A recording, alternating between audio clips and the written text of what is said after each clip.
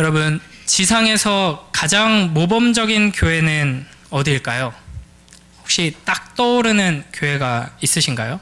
물론 완벽한 교회는 없겠지만 또 어떤 면에서 많은 장점들을 가진 또 탁월한 면들을 나타내는 그런 교회가 떠올려진다. 그런 교회를 경험하고 있거나 경험한 적이 있다 하는 것은 이제 굉장히 큰 은혜인 것 같습니다. 요즘은 이제 구글에다가 검색을 하면은 맨 윗부분에 AI가 먼저 답변을 해주거든요. 제가 지상에서 가장 모범적인 교회는? 이라고 질문을 했습니다. 이렇게 우리 AI님께서 답변을 주셨습니다. 지상에서 가장 모범적인 교회가 어떤 교회인지 단정적으로 말하기는 어렵습니다. 그러나 베델교회는 지상에서 가장 모범적인 교회를 세운다는 꿈을 가지고 1988년에 개척된 교회이며 복음의 본질과 하나님의 은혜를 강조하며 신앙 공동체를 이루어가고 있습니다. 자, 이제 그럼 다 함께 베델교회로 가실까요? 네, 여기서 말하는 이 베델교회는 일산에 있는 베델교회인데요. 제 모교회입니다. 이 교회의 슬로건이 지상에서 가장 모범적인 교회였습니다. 어렸을 때는 별 생각이 없었는데 이제 청년이 되고 이 슬로건을 볼 때마다 이렇게 교만할 수가 있나?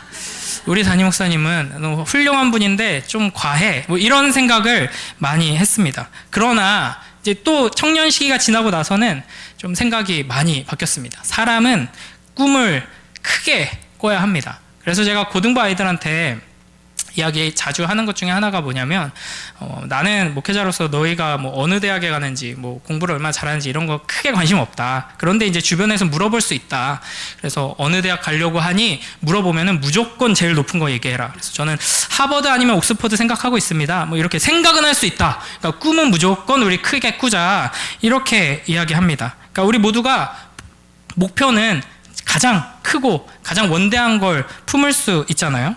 그래서 저도 오늘 설교의 목표는 이 설교가 끝날 때쯤 되면은 여기에 앉아있는 분들이 모두가 다 너무 큰 은혜를 받아가지고 설교를 제발 끝내주지 마시고 조금 더 하나님의 말씀을 전해주세요 막 울면서 부탁하는 그게 이제 저의 목표입니다.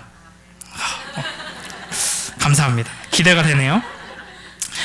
하나님께서는 우리에게 이 땅에 세워진 예수 그리스도의 몸된 교회들 또 우리 미랄교회에게 어떤 높고 영광스러운 목표를 바라보면서 꿈꿔야 하는지를 오늘 본문을 통해서 잘 보여주십니다. 오늘 본문은 우리가 잘 알다시피 초대교회의 첫 모습이죠.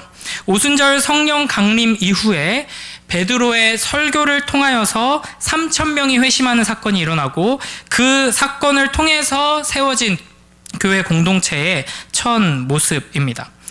사도의 가르침을 받아서 서로 교제하고 떡을 떼며 오로지 기도하기에 힘쓰는 교회. 기사와 표적이 많이 나타나고 믿는 사람들이 서로 사랑하면서 자기 소유를 나누고 날마다 성전과 집에 모이기에 힘쓰면서 근데 그걸 억지로 하는 것이 아니라 기쁨이 넘치고 찬양이 넘치고 그래서 이 세상 사람들에게 칭찬받고 믿는 사람들이 날마다 늘어나는 교회입니다. 이것이 바로 초대교회의 모습이죠.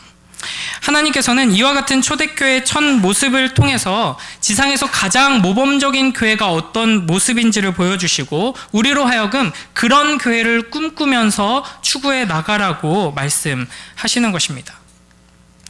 오늘 설교 제목 뭔지 보셨나요? 네, 안 나왔나요? 이게 나왔어야지 되는데 첫 단추부터 좀 어렵네요. 네 가지 있는 교회입니다.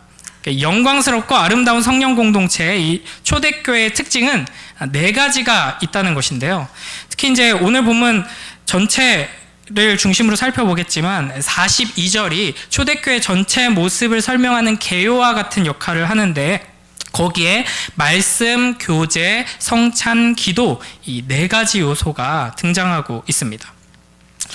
네 가지가 있다의 반대말은 뭘까요? 네 가지가 없다겠죠. 네, 이런 말 많이 들어보신 분 계신가요?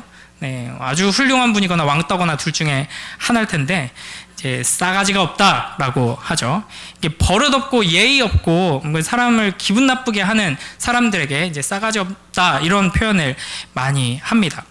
근데 이 어원이 어딘가 살펴봤더니 이 싸가지는 원래 식물의 싹 싹이나 묘목을 뜻하는 말이라고 합니다. 그러니까 싹이 있어야지 자라죠. 싹이 잘 자라야지 식물이 잘 자라고 열매를 맺습니다. 그러나 이 사람에게 이 싸가지 잘 될 가능성이 없어 보이는 거예요. 이 성격이 글러먹고 예의 바른 태도가 없으니까 얘는 잘 되기는 글렀다, 이런 의미를 담아서 싸가지 없다라는 말을 합니다. 미래가 없고 장래성이 없다 하는 것이죠. 그러니까 오늘 본문의 이 초대교회를 통해서 하나님께서 우리에게 보여주시는 이 싸가지가 우리에게 없다면 우리 교회에는 미래가 없다라는 말이 됩니다. 반대로 우리에게 이 네 가지가 있다면 우리의 현실이 얼마나 어둡고 절망적이어도 상관없이, 우리가 가지고 있는 역량이 너무나 부족하고 문제가 많은 것, 이런 거 상관없이 이 네 가지가 있다면 하나님께서 틔워주시는 싹이 있는 것이고 우리에게는 미래가 있고 소망이 있는 것이죠. 이 네 가지 요소를 통해서 우리 안에 소망이 회복되고 하나님의 그 역사를 갈망하는 마음이 풍성하게 되길 주님의 이름으로 축복합니다. 이 교회에 있어야 하는 이 네 가지를 본격적으로 살펴보기 전에 40절 이제 뒷부분에 42절 뒷부분에 보면 힘쓰니라라고 되어 있죠. 그러니까 아까 말씀드렸다시피 43절부터 47절에 초대교회의 모습을 이제 요약하고 있는 42절 말씀인데요. 근데 어떤 분들은 요걸 설명하면서 이제 쭉 설명하다가 마지막에 이제 오로지 기도하기를 힘쓰니라라고 돼 있으니까 결론은 결국 이제 기도밖에 없다, 우리가 이제 기도에 힘쓰자, 이렇게 하더라고요. 그런데 사실 헬라어 문장으로 잘 살펴보면 이 힘쓰다라는 표현이 기도뿐 아니라 앞에 등장하는 문장 속에 속한 모든 동사들을 수식하고 있습니다. 그러니까 초대교회는 사도의 가르침을 받기에 힘쓰고요, 서로 교제하기에 힘쓰고 떡을 떼기에 힘쓰고 기도하기에 힘쓴 교회인 것입니다. 그러면 이제 하나하나 살펴볼 텐데요. 첫 번째로 사도의 가르침을 받기 힘쓰는 교회를 하나님께서 우리에게 보여주십니다. 제가 한번 테니까 한번 따라해 보시겠어요? 하나님의 말씀을 배우며 자라는 교회. 네, 이게 바로 초대교회의 중요한 특징입니다.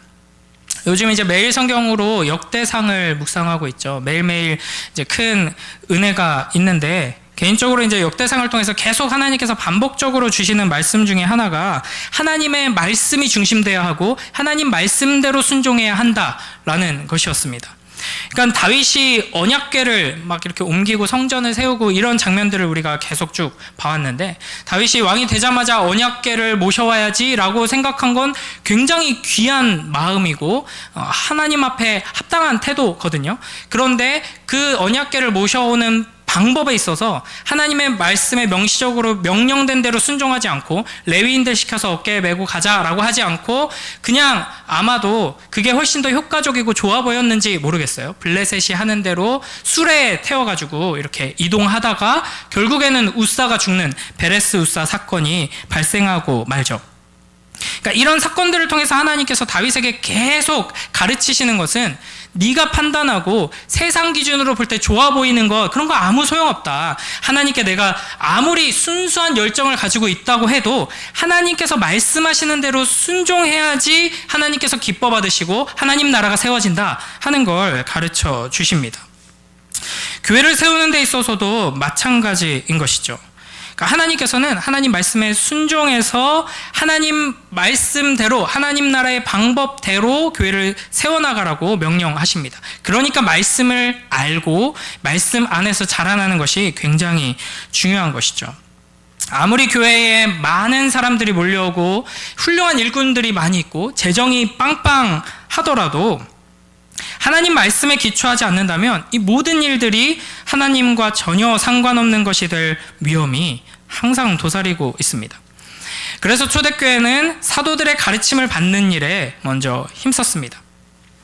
여기서 가르치는 주체는 사도들로 여러 명이죠. 그러니까 베드로의 설교도 사실은 사도들이 다 함께 서서 이렇게 사역을 했습니다. 사도들이 함께 이제 각각의 은사를 따라서 하나님의 말씀을 이제 계속해서 가르쳤는데, 그 가르치는 내용은 하나님의 말씀, 예수 그리스도의 복음 하나입니다.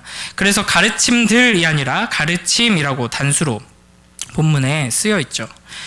성령의 선물을 받은 사람들은 하나님의 말씀을 사랑하기 시작합니다. 그래서 이제 여기서 강조되는 것은 사도들이 가르침에 전념했다는 것이 아니라 이제 처음 이제 회심하여서 교회가 된 성도들이 사도들의 가르침을 받는 일에 열심을 내고 전념했다라는 것이죠. 그래서 찰스 브리치스라는 신학자는 이 장면을 이렇게 설명합니다. 초대교회의 회중은 거룩한 설교로 배부르기 전에는 흩어지지 않았다. 그러니까 성령으로 충만한 자들에게 나타나는 가장 큰 특징이 말씀을 사모하며 말씀을 통해 하나님을 알아가는 기쁨을 간절히 원하게 된다 하는 것입니다. 그리고 성령의 도우심으로 말씀을 깨닫는 은혜를 누리면서 자라나게 되는 것이죠. 왜냐하면 성령 하나님은 말씀의 영이시기 때문입니다. 제가 아는 분 중에 이제 미국에서 목회하시는 분이 있는데, 미국의 이제 개혁교단, 개혁 장로교회 이제 교단들의 어떤 특징에 대해서 이렇게 설명을 해주시는데 굉장히 아름답더라고요. 그러니까 거기는 목사님들이 사역이 많지 않다고 합니다. 예배 모임도 뭐 이렇게 많지 않고, 뭐 수요일에 뭘 모여요. 주일에 모였는데 주일에 모이고, 새벽에 뭘 피곤한데 뭘 모여요. 그냥 새벽 기도도 없고, 보통 이제 주일 예배 중심이고요. 뭐 주중에 한 번 정도 또 모여서 기도해야 하고 또 말씀을 또 배우는 시간들이 있고요.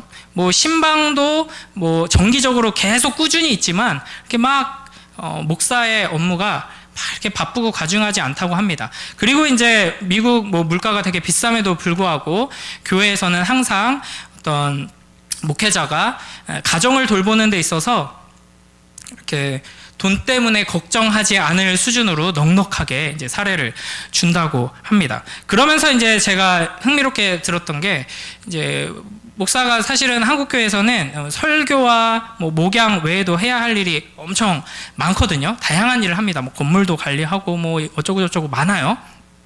그런데 이제 미국 이제 개혁교회 교단들에서는 기본적인 인식이 뭐냐면, 목사님이 막 화단 정리를 하고 있고 쓰레기 분리수거를 하고 있고 교회 건물이 낡으니까 목사님이 뚝딱뚝딱 하고 있으면, 아, 우리 목사님 귀하다, 재능도 많으시지, 이게 아니라 중직자들과 성도들이 분노합니다. 화를 낸다고 합니다. 왜 그럴까요? 못질을 엉망으로 해서 그럴까요? 아니요. 저분을 통해서 하나님께서 우리에게 생명의 양식을 먹이도록 세웠는데, 우리를 위한 생명의 양식을 준비해야 될 시간에 못질을 하고 있고, 딴 일로 서류 처리한다고 막 운전해가지고 관공서를 갔다 오고 있고, 우리를 위해서 말씀 언제 준비할 거냐라고 하면서, 목사님 괴롭히지 말고 목사님 할 일 우리가 다 하고, 목사님은 말씀과 성도들 만나서 말씀을 전하고 말씀을 준비하고 하는데 전념해야 한다라는 인식이 자연스럽게 당연하게 생각한다고 합니다. 그래서 한국교회 목사님들이 바쁘다는 이야기를 들으면은 어떻게 그럴 수 있냐 하면서 이해를 못한다고 하죠. 여러분, 정신 차리시라고 한 얘기는 아니고요. 그냥 문화가 그렇게 다르다는 거고, 우리에게도 이와 같은 말씀이 우리에게 바르게 전해지고 그 말씀을 통해 우리가 자라나는 게 무엇보다도 가장 중요하다 하는 바른 인식이 우리에게 세워져야 할 것입니다. 오늘 4가지를 살펴본다고 했잖아요. 말씀과 교제와 성찬과 기도입니다. 그 중에 말씀이 첫 번째로 오는 것은 뒤에 오는 성도의 교제, 성찬과 이 예배가 바르게 세워지는 것, 그리고 기도로 하나님을 붙들고 하나가 되는 것, 이 모든 일들이 말씀이 바로 기초가 되어야지만 세워질 수 있는 영역이기 때문입니다. 하나님께서는 말씀을 통해 이 모든 것들을 회복시키시고, 말씀을 통해 성도의 영혼과 가정과 공동체를 회복시키시고 세우시며 축복해 나가실 것입니다. 우리 교회의 부흥과 회복을 꿈꾸며 가장 먼저 이 말씀의 회복을 위해 하나님의 말씀을 읽고 묵상하고 배우는 일에 더욱더 열심을 내며 헌신하는 복된 우리 모두가 되길 주님의 이름으로 축복합니다. 베드로전서 2장 2절에서 이렇게 말씀하십니다. 갓난 아기들 같이 순전하고 신령한 젖을 사모하라. 이는 그로 말미암아 너희로 구원에 이르도록 자라게 하려 함이라. 아멘. 아유, 나는 이제 다 자랐다 생각하시는 분 없으시죠? 네, 우리는 주님 품에 안기는 그 순간까지 계속해서 자라나야 합니다. 우리의 영혼도, 우리의 교회도 우리의 교제와 우리의 예배, 우리의 기도도 말씀 안에서 계속 자라나야 합니다. 말씀을 읽고 묵상하고 또 연구하고 배우는 모든 자리들을 소중히 여기고 또 말씀을 전하는 자들을 위해 마음을 모아 기도하면서 말씀을 가까이 함으로 자라나는 그 놀라운 은혜를 누리는 우리 모두가 되길 주님의 이름으로 축복합니다. 두 번째로는 이제 서로 교제하기 힘쓰니라 되어 있죠. 한번 따라해 주시겠어요? 성도의 교제가 풍성한 교회. 초대교회는 서로 교제하기에 힘쓰는 교회였습니다. 서로 교제하는 것은 하나님의 은혜가 임하면 자연스럽게 교회 안에 일어나는 이제 선물, 하나님의 선물이며 축복이기도 하고요. 동시에 우리가 힘써 노력해야 하는 사명이기도 합니다. 그러니까 성령 충만의 은혜를 누리면서 이 성령의 역사가 나타난다면 가장 먼저 말씀을 사모하게 되고 말씀을 깨닫게 되고 말씀을 통해 인도하심을 받고 말씀의 능력이 나타나게 되죠. 그리고 이제 그 말씀을 읽고 묵상하고 배우는 과정 속에서 이제 이 하나님의 말씀이 참으로 달콤하구나 하는 것을 이제 맛보게 됩니다. 성령 충만함으로 매일매일 그런 은혜를 누리면 좋겠지만 쉽지는 않죠. 우리의 연약함으로 인해. 그러나 그 빈도가 점점 늘어납니다. 그리고 그냥 마냥 달콤하고 좋구나 이러던 말씀이 어느 순간 굉장히 쓴 말씀으로, 굉장히 두려운 말씀으로 오기도 하고, 실제로 하나님께서 이 말씀을 통해 내 삶을 주관하고 계시는구나 라는 것을 느끼는 순간들이 계속 찾아오게 됩니다. 그러면서 이 말씀 중심의 교회, 말씀 중심의 삶이 된 성도들에게 나타나는 일은 이 말씀을 통해 하나님을 마주하고 예수 그리스도를 인격적으로 만나는 것이죠. 그렇게 말씀을 통해 만나는 하나님께서 우리에게 명령하시는 것은 한마디로 하면 하나님 사랑, 이웃 사랑입니다. 우리가 하나님의 말씀을 통해 만나는 하나님은 성부, 성자, 성령, 성삼위일체의 하나님이십니다. 우리를 사랑하셔서 온 우주 만물을 창조하시고 지금도 통치하고 다스리시며 우리를 위해 그 아들 독생자를 내어주신 아버지를 만나게 되죠. 아버지 하나님의 말씀에 순종하여서 우리를 위해 자기의 모든 것을 내어주신, 십자가에서 물과 피를 쏟으신 예수 그리스도를 만나게 됩니다. 겸손하게 자기 자신을 나타내지 않으시고 아버지를 높이시며 예수 그리스도를 우리에게 보여주시고 예수 그리스도께로 우리를 인도하시는, 항상 우리와 함께 하시는 신실하신 성령 하나님을 만나게 됩니다. 그 하나님을 만난 자는 하나님의 사랑을 받아 점점 더 사랑스럽게 변화되게 되죠. 그러면서 자연스럽게 그 하나님의 성품을 깨닫고 닮아가게 되는 것입니다. 사랑으로 자라나게 되는 것이죠. 그러니까 은혜가 있으면, 성령이 임하시면, 말씀을 깨닫게 되면 억지로 내가 섬겨야지 머리로만 알아서 하는 게 아니라 자연스럽게 사랑하는 자리로 나아가게 되는 것입니다. 우리에게 이와 같은 은혜가 넘치게 되길 주님의 이름으로 축복합니다. 여기서 교제는 헬라어로 코이노니아입니다. 많이 들어보셨죠? 우리는 이 교제라는 말을 너무나도 피상적으로 이해할 때가 많이 있습니다.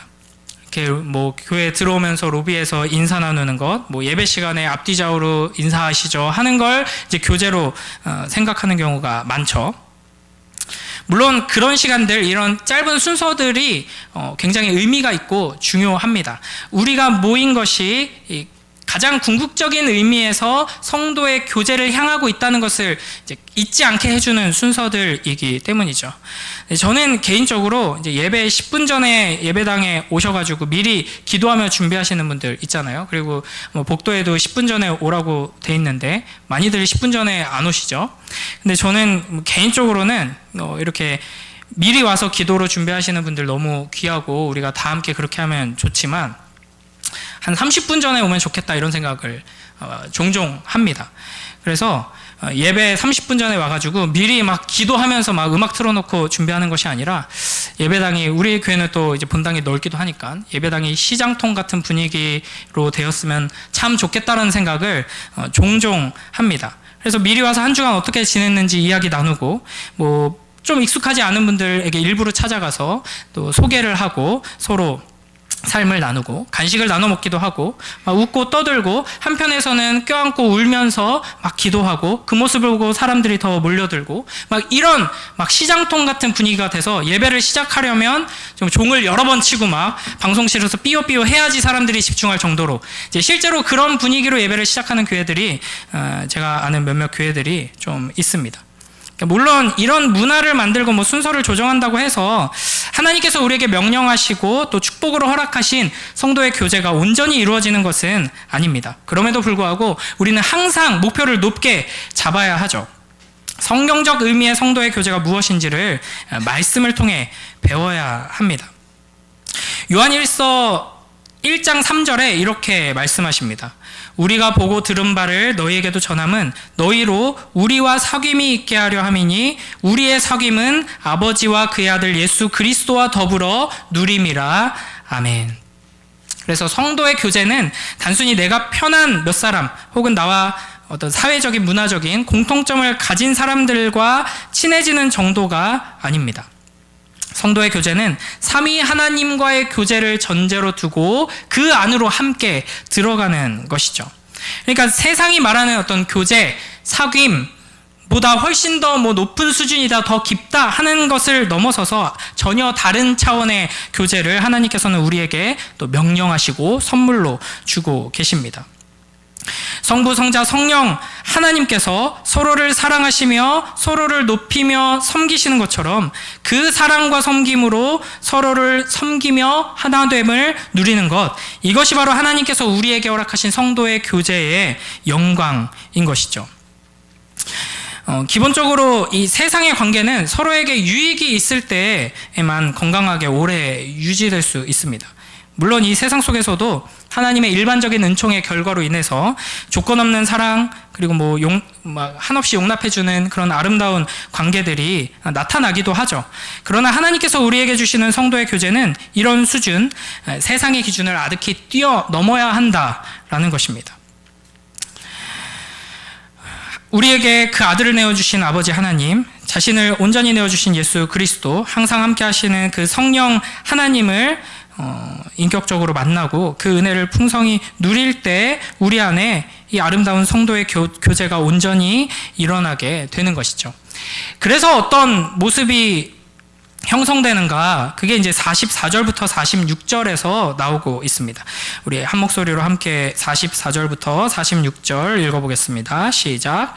믿는 사람이 다 함께 있어 모든 물건을 서로 통용하고 또 재산과 소유를 팔아 각 사람의 필요를 따라 나눠주며 날마다 마음을 같이하여 성전에 모이기를 힘쓰고 집에서 떡을 떼며 기쁨과 순전한 마음으로 음식을 먹고. 아멘.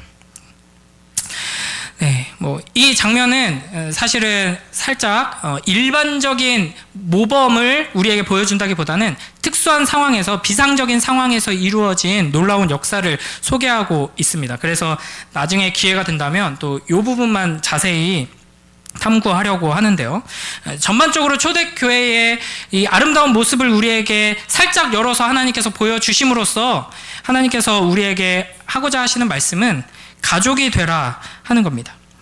나와 전혀 상관없는 남이었는데 예수 그리스도의 몸된 공동체 안에서 한 지체가 되고 또 복음 안에서 가족이 되어서 마치 우리 어머니가 나에게 베풀어 주셨던 그 조건 없는 사랑을 내 자식들한테 내가 베풀려고 했던 그 사랑을 전혀 상관없었던 누군가에게 베풀기 시작하는 것, 또 누군가에게 그런 사랑을 받아 누리는 것, 이게 바로 하나님 안에서 한 가족된 공동체의 영광인 것이죠. 이제 저는 여동생이 한 명 있는데요. 언니, 오빠, 형, 누나가 많은 친구들이 어렸을 때는 좀 부러웠습니다. 이제 동네에서 이제 덩치 큰 친구가 이제 괴롭히면 형한테 이른다 이러면 이제 끝나거든요. 우리 누나한테 이른다 이런다든지. 근데 그래도 안 되면 이제 엄마한테 이른다, 아빠한테 이른다, 이제 나도 엄마 있다, 아빠 있다. 그러면 나는 할머니, 할아버지도 있다 이러면서 이제 싸우죠. 근데 증조 할머니 있으면 끝납니다, 이제. 근데 이게 굉장히 축복이죠. 예. 함께 사는 가까이 있는 가족들이 많다는 것, 나를 아껴주고 나를 위해서 뭐든지 할 준비가 돼 있는 가족들이 난 있다. 이게 굉장히 든든한 백입니다. 그러니까 예수 그리스도 안에서 한 몸 된 공동체를 이루고 그 안에서 성도의 교제를 나눈다는 것은 하나님의 사랑으로 나를 사랑해주는 진정한 가족이 생겼다는 의미이죠. 그래서 세상이 줄 수 없는 위로와 기쁨과 든든함을 우리가 맛보게 됩니다. 그래서 예전에 이 교회 공동체에 대해서 제가 아이들에게 설교하면서 이런 식으로 설명한 적이 있습니다. 하나님 안에서, 예수 그리스도 안에서 한 가족이 된다라는 것은 어떤 의미인가? 동네에서 덩치가 큰 아주 못된 불량배들이 막 집단으로 나를 괴롭혀도 눈을 동그랗게 뜨고 너 잘못 걸렸어, 너 우리 형이랑 누나한테 이를 거야, 이렇게 말할 수 있는 든든함이라는 거죠. 그래서 우리 가족한테 다 이를 거야 하면은 이제 지체 없이 저 뒤쪽에서 누가 우리 동생 괴롭혔어 하면서 이제 형이 한 19명이 뛰어나오고 이제 누나가 한 24명이 막 뛰어나면서 누가 우리 동생 괴롭혔어 막 이렇게 하는 거죠. 거기에 그치지 않고 이제 엄마 아빠 이렇게 하면은 누가 우리 아들 괴롭혔어 하면서 이제 엄마가 한 34명이 막 뛰어나오고 아빠가 막 한 40명이 막 이렇게 뛰어나옵니다. 거기서 끝나는 줄 알았더니 이제 막 꼬부랑 할머니 할아버지들이 누가 우리 손주 괴롭혔어 하면서 막 뒤뚱뒤뚱 이제 걸어오시고 그 뒤에서 깐난쟁이들이 우리 형아 왜 하면서 막 이제 따라 나옵니다. 그래서 불량배들이 뭐야 이 사람들은, 관련 없는 사람들은 다 꺼져 이럴 때 우리가 다 가족이다 이러면서 누가 함부로 우리 아이들을 괴롭혀 이렇게 하는 게 예수 그리스도의 몸된 공동체죠. 물론 우리가 이제 규모로 힘으로 뭘 싸우는 건 아니고 사랑으로 이 세상을 섬기는 그 전투 가운데 우리가 든든한 이제 뒷배가 되어주는 공동체가 생겼다 하는 것이죠. 동화 같은 이야기이고 꿈 같은 이야기입니다. 실제로 나를 그렇게 사랑해주는 형 누나들이, 엄마 아빠들이, 이모 삼촌들이, 할머니 할아버지들이 셀 수 없이 많이 있다면 이 세상에 뭐가 두렵고 뭐가 걱정일까요? 하나님께서 우리를 예수 그리스도의 몸된 공동체로 부르신 이유는 그 은혜를, 그 위로를, 그 축복을 누리라 하는 것입니다. 서로 관련 없는 사람으로 그냥 서로 안부 정도 묻는 관계로 이 자리에 모여서 학원 다니듯이 하나님 은혜 누리고 하나님 앞에서 그냥 한 사람으로 서서 교훈 얻고 깨달음 얻고 위로받고 그냥 돌아가는 것이 아니라 하나님께서는 우리를 통해서 서로에게 역사하길 원하십니다. 너희가 서로 가족이 되어주라. 우리가 사실 아무리 말씀 읽고 은혜 받아도 위로받는데 한계가 있어요. 그런데 누가 봉투 쓱 찔러 넣어주면 하나님이 주지 못했던 그 위로가 확 찾아오거든요.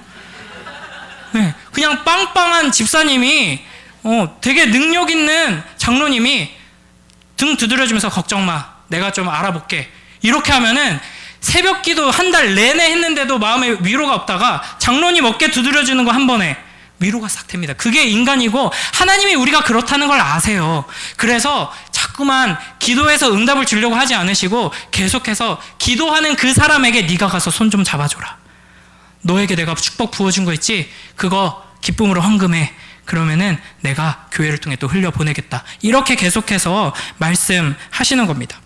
세상 기준으로는 꿈 같은 이야기이지만 하나님께서는 오늘 이 초대교회의 모습을 통해 이건 단순히 꿈이 아니야, 실제야, 이루어질 수 있다, 그리고 너희를 통해 내가 이 일을 이루기를 원한다 라고 말씀하시는 것입니다.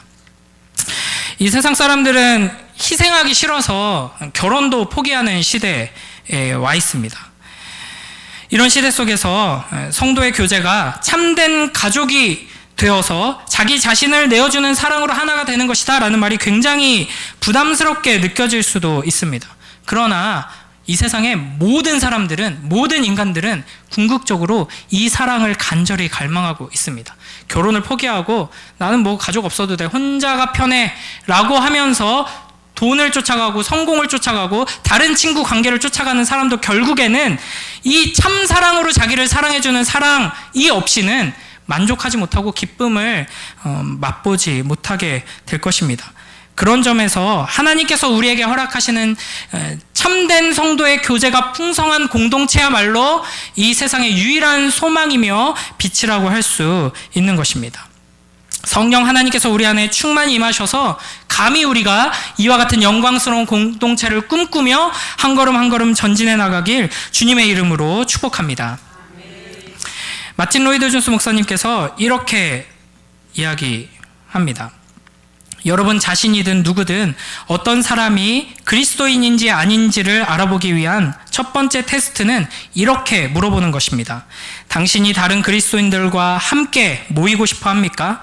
여러분에게 이런 바람이 없다면 결론은 하나밖에 없습니다. 여러분은 그리스도인이 아닌 것입니다. 굉장히 무서운 말이거든요. 이 마목사님이 허튼 소리 하시는 분이 아니에요. 한국교회 대다수의 훌륭한 목사님들이 제일 존경하는 목사님으로 뽑는 분 중에 한 분이거든요. 근데 우리 안에 성도의 교제를 향한 갈망과 기꺼이 자기 자신의 삶을 내어주면서 다가가려고 하고 이제 교제를 나누려고 하는 이런 열정이 없다면 당신은 그리스도인이 아니다. 이렇게 단호하게 이야기합니다. 이게 이제 코로나를 지난 이후에 조금 여러 가지 문화가 바뀐 현실에서 더 무겁게 받아들여지는 말씀인 것 같습니다. 우리가 나랑 잘 맞는 사람, 어떻게 이렇게 말이 잘 통하지? 어떻게 이렇게 영혼의 단짝 같은 사람을 우리 교회 공동체 안에서 만나게 하셨지? 하면서 기쁨으로 교제 나누는 것은 세상 사람들도 할 수 있습니다. 하나님께서 우리의 교제를 통해 영광을 나타내실 때는 우리에게 무엇을 요구하시냐면 원수를 사랑하는 것을 요구하십니다. 다른 사람들은 내가 다 섬길 수 있고 다 초대할 수 있고 다 깊이 있는 대화를 나눌 수 있는데 저런 사람들은 내가 절대 이런 사람들에게 가서 사랑하는 데까지 우리가 자라나야 하는 것이죠. 교회 안에 한 성령 안에서 같은 소망을 품고 같은 마음으로 기도하는 동역자들과의 이 아름다운 교제를 기뻐하고 즐거워할 뿐 아니라 원수와 같은 이들까지도 품고 사랑하는 자리까지 자라나기를 소원하는 복된 우리 모두가 되길 주님의 이름으로 축복합니다. 그래서 히브리서 10장 23절에서 25절 말씀에 이렇게 말씀하십니다. 또 약속하신 이는 미쁘시니 우리가 믿는 도리의 소망을 움직이지 말며 굳게 잡고 서로 돌아보아 사랑과 선행을 격려하며 모이기를 패하는 어떤 사람들의 습관과 같이 하지 말고 오직 권하여 그날이 가까움을 볼수록 더욱 그리하자. 아멘. 여러분, 우리가 아주 특별한 무언가를 해야 한다고 결단하실 필요는 없습니다. 이미 많은 분들이 잘 하고 계십니다.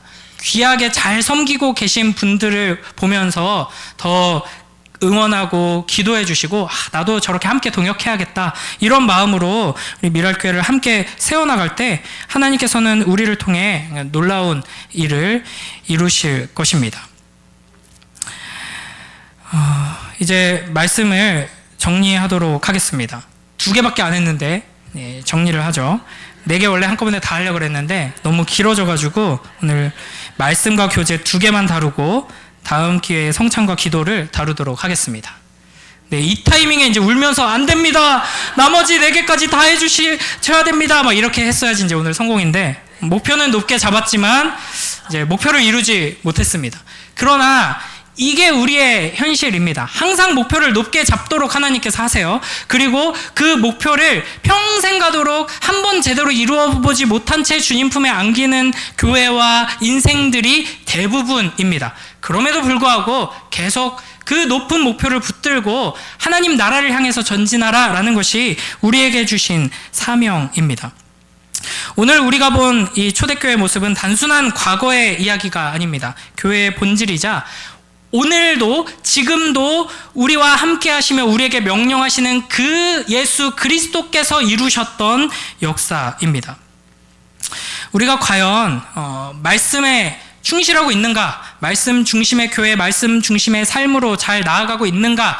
스스로 점검해 봤을 때 또 우리의 교제가 하나님께서 우리에게 약속하신 그 성도의 교제 수준으로 우리가 나아가고 있는가? 또 이제 다음에 살펴볼 성찬과 기도에 대하여서도 하나님께서 명령하신 바에 비추어 봤을 때 우리가 충분히 괜찮네 라고 하실 분은 아무도 없을 것입니다. 모든 면에서 우리는 참 심각하게 부족하구나 라는 결론에 이룰 수밖에 없을 것입니다.